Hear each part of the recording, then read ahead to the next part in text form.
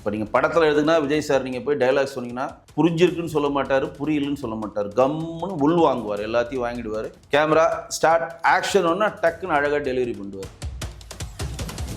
நீங்கள் என்ன கேட்குறீங்களோ, டேக்கில் என்ன வேணும்னு கேட்குறீங்களோ அதை அப்படியே ப்ரெசென்ட் பண்ணுற வல்லவர். எதுக்கு நான் இவ்வளோ வரலாற சொல்கிறேன்னா, நாங்கள் இங்கு தாவேகா ஆட்சி வரும்னு சொல்லி ராஜ்மோகன் மூஞ்சை பார்த்தோ, நிர்மல்குமார் மூஞ்சை பார்த்தோ, ஆதவர்ஜுனா மூஞ்சை பார்த்தோ, கீர்த்தனா மூஞ்சை பார்த்தோ நாங்கள் ஓட்டு போடல. அவங்கள யாருமே எங்களுக்கு தெரியாது.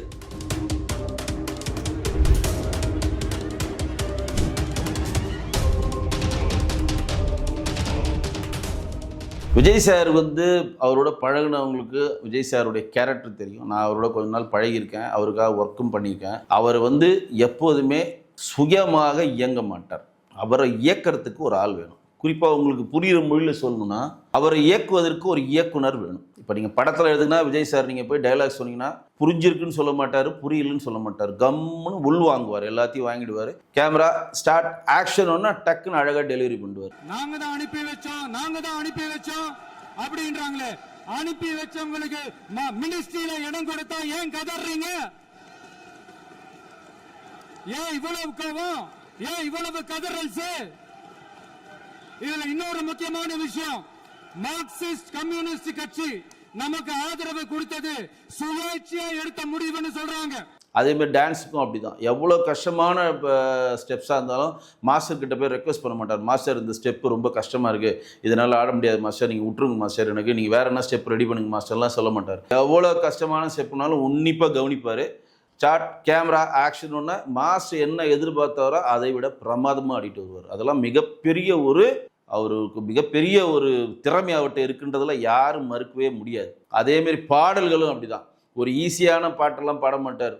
ரொம்ப ரொம்ப கஷ்டமான பாட்டை கூகுள் தெரிஞ்சிட்டேன் உலகத்தில், அந்த பாட்டெலாம் ரொம்ப கஷ்டம் பாடுறது. நாடிடா வரவா அந்த பாட்டெலாம் ரொம்ப ஸ்பீட் பீட்டு. ஆனால் அதை பற்றிலாம் எதுவுமே இல்லை. அவர்கிட்ட ஒன்ஸ் நீங்கள் பாடி காமிச்சிங்கன்னா நீங்கள் என்ன கேட்குறீங்களோ, டேக்கில் என்ன வேணும்னு கேட்குறீங்களோ அதை அப்படியே ப்ரெசென்ட் பண்ணுற வல்லவர். எதுக்கு நான் இவ்வளோ வரலாற சொல்கிறேன்னா, விஜய் சாரை இயக்குவதற்கு ஒரு இயக்குனர் இருந்தால் தான் அவருடைய திறமை வெளிப்படும். இப்போ நல்லதோ கெட்டதோ தமிழ்நாட்டின் மாண்பு முதலமைச்சராக திரு விஜய் சார் ஆயிட்டார். இப்போ அவரை இயக்குவதற்கு அங்கே இயக்குனர் இல்லை, அதுதான் பிரச்சனை. இப்போ ஷூட்டிங் ஸ்பாட்னா டேரக்டர் இருப்பாங்க, 12 அசிஸ்டன்ட் இருப்பாங்க, ஒருத்தர் மாற்றி ஒரு ஷார்ட் சொல்லுவாங்க, டக்கு நடிச்சு விட்டு போயிடலாம். இன்னைக்கு அவர் சீஃப் மினிஸ்டர் ஆன பிறகு யார்கிட்டையும் போய் அவர் கேட்கவும் முடியாது. ஏங்க இது என்ன டவுட்டு கொஞ்சம் சொல்லுங்க, இது என்னமோ நிதி ஆணைய கூட்டம் போகிறோம் சொல்கிறாங்களா, இது கூட்டத்தில் போய் என்ன பண்ணணும், சட்டசபையில் போய் மானிய கோரிக்கைன்றாங்களா, மானிய கோரிக்கை வச்சா நம்ம என்ன பதில் சொல்லணும், இவங்க எதிர்கட்சி இந்த மாதிரி கேள்வியெல்லாம் இருப்போம், நம்ம என்ன மாதிரி ரிப்ளை பண்ணணும் அப்படின்னு இவர் யார்கிட்டையும் கேட்க முடியாத ஒரு தர்ம சங்கடமான சூழ்நிலையில் தான் விஜய் சார் இருக்கிறார். அவர் பின்னாடி ஒரு இயக்குனர் அங்க இருந்து அவரை ட்ரிகர் பண்ணா பிரமாதமா அவர் வேலை செய்வார். எனக்கு தெரியும். யாரும் போயிட்டாங்க, இல்ல பர்மிஷன் பண்ணலாமா? இப்பவும் பண்ணலாம், ஒன்றும் தப்பு இல்லை. ஏன்னா அவர்கிட்ட இந்த வேலையை இப்படி இந்த டைம்ல இப்படி செஞ்சீங்கன்னா இப்படி இந்த ரிசல்ட்னு சொல்லி கம்ப்ளீட் பண்ணோன்னா அந்த வேலையை ஃபிங்கர் டிப்ஸ் செய்யறதுக்கான வல்லமை படைத்தவர். அவர் நான் குறைத்து மதிப்பிடவே மாட்டேன், அந்த வல்லமை படைத்தவர். ஆனால் இன்றைக்கு அவர் உச்சாணியான முதலமைச்சர் பதவியில் உட்கார்ந்தனால் அவரை இயக்குவதற்கு இயக்குநர்கள் அங்கே இல்லை. இது நாள் வரையும் தமிழ்நாட்டில் 1957 பொது தேர்தல் இருந்து 1967 திராவிட கழகங்கள் மாறி மாறி ஆட்சி அமைந்தது இன்றைக்கு வரையும் ஒரு முதலமைச்சர் மௌன சாமியாராக இருந்ததை இன்றைக்கு தான் நம்ம பார்க்குறோம். ஆனால் இப்போ நான் சொல்கிற மாதிரி படத்தில், டான்ஸில், பாட்டில், ஃபைட்டில் இந்த இடத்துலலாம் உங்களுக்கு இயக்குனர் வர மாதிரி சட்டசபையில் ஒரு இயக்குனரை உங்களை உருவாக்க முடியாது, அது சாத்தியப்படாது. உங்களை நீங்களே மாற்றிக்கொள்ள வேண்டும். மக்கள் பிரச்சனையை பற்றி மக்கள் பிரதிநிதிகள் பொது வழியிலோ சட்டமன்றத்தில் வச்சா அதற்கான பதிலை முதலமைச்சர் அவர்கள் தான் தெரிவிக்கணும். வேற வழியே இல்லை, அவர் தான் சொல்லி ஆகணும். மானிய கோரிக்கைகள் ஆகட்டும், மற்றதாகட்டும், இன்னைக்கு அமோனியா வாயு கசிந்து 2 பேர் இறந்துட்டாங்க. அதற்கான கண்டனத்தை பிரஸ் மீட்ல வச்சு நீங்க ஒரு லெட்டர்ல கொடுக்கறது கிடையாது. சட்டசபையில் அதுக்கான கண்டனத்தை நீங்க தெரிவிக்கணும்.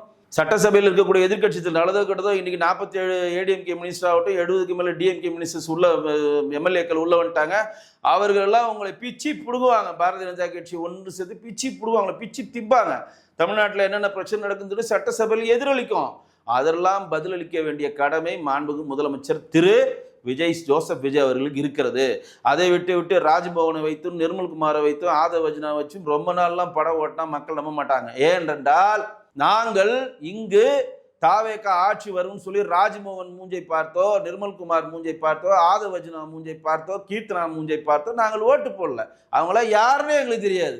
நாங்கள் ஓட்டு போட்டது விஜய் சார் வந்தால் எங்களுக்கு நல்லது பண்ணுவார், விஜய் சார் வந்தால் எங்களுடைய தமிழ்நாட்டை தலைகீழாக மாற்றி அமைச்சிருவார், விஜய் சார் வந்தான்னா ஓவர் நைட்டில் 13 லட்சம் கோடி அடைச்சிட்டு தமிழ்நாட்டை கடனாளி இல்லாமல் மாநிலமாக மாற்றிடுவார், விஜய் சார் வந்தார்னா 2500 ரூபா பணம் தருவார், விஜய் சார் வந்தார்னா இளைஞர்களுக்கு 4000 ரூபா தருவார், விஜய் சார் வந்தார்னா சிலிண்டர் ஃப்ரீயாக தருவார், விஜய் சார் வந்தார்னா தாய்மாமன் சீர் ஃப்ரீயாக கிடைக்கும், விஜய் சார் வந்தார்னா தங்க மோதிரம் ஃப்ரீயாக கிடைக்கணும். இதெல்லாம் கிடைக்கணும் ஆசைப்பட்டு தான் சார் நாங்கள் போட்டோம். நான் எதுக்குமே பேச மாட்டேன். சம்பந்தமே இல்லாமல் 354 கோடி எடுத்துன்னு போய் தண்டத்துக்கு சிங்கப்பெண் படைன்னு ஒரு படையை ஆரம்பித்து தண்ட செலவு பண்ணுவேன். ஏன் அப்படி சொல்கிறேன்னா, ஏற்கனவே பெண்களையும் குழந்தைகளையும் பாதுகாப்புக்கு ஒரு சிறப்பு படை இருக்கிறது தமிழக காவல்துறையில். பிங்க் படைன்னு ஒரு படை இருக்குது, ஜெயலலிதா அமல் பிங்க் பேட்ரோல் ஒரு படை இருக்கிறது. தமிழ்நாடு ஃபுல்லாக அனைத்து மகளிர் காவல் நிலையங்கள் இருக்கிறது. ஸ்பீட் படைன்னு ஒரு படை இருக்கிறது. இந்த படையெல்லாம் விட்டுட்டு புதுசாக ஒரு சிங்கப்படைன்னு கொண்டு வந்து அதற்கு 354 கோடி கிட்டத்தட்ட நம்மளுடைய வரி பணத்தை வீணடித்திருக்கிறீர்கள் அப்படின்னு தான் சொல்லுவேன். ஏன்னா இந்த படைகளுடைய செயல்பாட்டை நீங்கள் அழுத்தம் கொடுத்து செயல்பட்டுதாவே பிரச்சனை இல்லை. அதுக்கப்புறம் விவசாய கடனு, நாங்கள் ஆட்சிக்கு வந்தால் எல்லா விவசாய கடனும் வந்து 5 ஏக்கருக்கு கீழே இருக்கவங்க வாங்கின கடன் எல்லா விவசாய கடனும் வந்து ரத்து பண்ணுவோன்னு சொல்லி ஒரு பொய்யான வாக்குறுதியை கொடுத்தீங்க.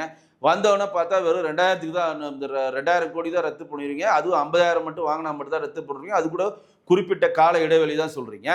அதுக்கப்புறம் விவசாயிகள் போராட்டம் பண்ணுறாங்க, போராட்ட களமாவது எல்லா இடத்துலையும் பெரிய பிரச்சனை ஆகுதுன்னா என்ன பண்ணுறீங்க? இல்லை 50,000லேருந்து 25,000 ரூபா ஏற்றுருவோம், 75,000 ரத்து பண்ணுறோம். நாங்கள் கேட்குறது, நீங்கள் 50,000 75,000 ஏற்ற தேவையில்லை.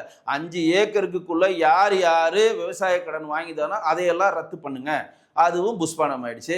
200 யூனிட் ஃப்ரீ. நீங்கள் முதல் யூனிட் 100 யூனிட்டே ஃப்ரீ ஆகலை. 200 யூனிட் எப்படி ஃப்ரீனா 500 யூனிட்டை தாண்டினா உங்களுக்கு 100 யூனிட் மட்டும் தான் ஃப்ரீ, 200 யூனிட் ஃப்ரீ இல்லைன்னு சொல்லி புதுசாக ஜால்ஜா பண்ணி வேற ஒரு ட்ராக்ல ஒரு கதை எடுக்கிறீங்க. ஸ்மார்ட் மீட்டர் ஏன் பொறுத்தலன்னு கேட்டால் டிஜிட்டல் மீட்டர் நிறைய இதில் ஃபெயிலியர் ஆகுதுன்னு சொல்லிட்டு சம்மந்தமே இல்லாமல் மின்சாரத்துறை அமைச்சர் திரு நிர்மல்குமார் சொல்கிறாரு. மின்சாரத்துறை ஒழுங்கு நிலையம் ஆணையத்தில் இருக்கக்கூடிய ஹார்ட் டிஸ்கே காணாமல் போகுது. ஏன் ஹார்ட் டிஸ்காகனா அது எதுவுமே திருடி வைப்பேன்னு ஒருத்தன் கதை சொல்கிறான். அப்போ ஏன் கரண்ட் போகுதுன்னு சொன்னால் பீஸ்கேல புரிக்கிட்டு போகிறான்றான். ஏன் இங்கே இருக்க முதலீடு எல்லாம் ஆந்திராவுக்கு போகுதுன்னா பதில் இல்லை. சென்ட்ரல் கவர்மெண்ட்டோட மத்திய அரசினுடைய முதலீடு ஓசூரில் வந்துச்சு. இங்கே நிறைய பேருக்கு தெரியுமான்னு தெரில. கிட்டத்தட்ட 2500 கோடியில், அதாவது போர் விமானங்களை தயார் பண்ணுற ஒரு கட்டமைப்பை மத்திய அரசு ஓசூரை செலக்ட் பண்ணி கொண்டு வந்தாங்க. இது வந்து டிஃபென்ஸ் கேரிடார் மூலம் தொடங்கப்பட்ட திட்டம். டிஃபென்ஸ் கேரிடார் வந்து யூபியிலையும் தமிழ்நாட்டில் நிர்மலா சீதாராமன் தொடர்னாங்க. அந்த டிஃபென்ஸ் கேரிடார் வந்து ஒசூர்லேருந்து அப்படியே வந்து திருவிடந்தில் போய் முடியும். அந்த மாதிரி ஒரு ப்ராசஸ். அதில் முதல் கட்டமாக 2500 கோடி இன்வெஸ்ட்மெண்ட் பண்ண மத்திய சர்க்கார் முன்வந்தப்ப அந்த இது இன்றைக்கு புட்டபத்திரிக்கு ஆட்டோமேட்டிக்காக தாண்டி ஆந்திராவுக்கு போயிடுச்சு. ஏன் போச்சுன்னு கேட்டால் பதில் இல்லை. சென்னை தூத்துக்குடி துறைமுகத்தை விரிவாக்கம் பண்ணுறதுக்கான பெரிய இன்வெஸ்டர்ஸ் வந்தாங்க, பெரிய பல கோடியில் வந்தாங்க. அவங்களும் அப்படியே நகர்ந்துக்கிட்டு ஆந்திராவுக்கு போயிட்டாங்க, பதில் இல்லை. இப்படி நம்மளுடைய இன்வெஸ்ட்மெண்ட்ஸ் எல்லாம் வெளியே போகுதுன்னு கேள்வி கேட்குறோம், அதுக்கும் பதில் இல்லை. எதற்குமே பதில் சொல்ல மாட்டேன்னு பிடிச்சி வச்ச பிள்ளையார் மாதிரி தான் நான் இருப்பேன். ஏன்னா நீங்கள்லாம் அவருக்கு பதில் வந்து சொல்ல மாட்டேன்றாரு நீங்கள் நினைக்கிறீங்க. நான் நினைக்கிறேன் அவருக்கு பதில் சொல்ல தெரியவில்லைன்னு நினைக்கிறேன். கண்டிப்பாக இதை வந்து மாண்பு முதலமைச்சர் அவர் மாற்றிக்கொண்டு மக்களிடம் எடுக்கக்கூடிய கேள்விகளையும் சட்டசபையில் எதிர்க்கட்சியில் எடுக்கிற கேள்விகளையும் உடனுக்குடன் பதிலை கொடுக்கணும்னு கேட்குறோம்.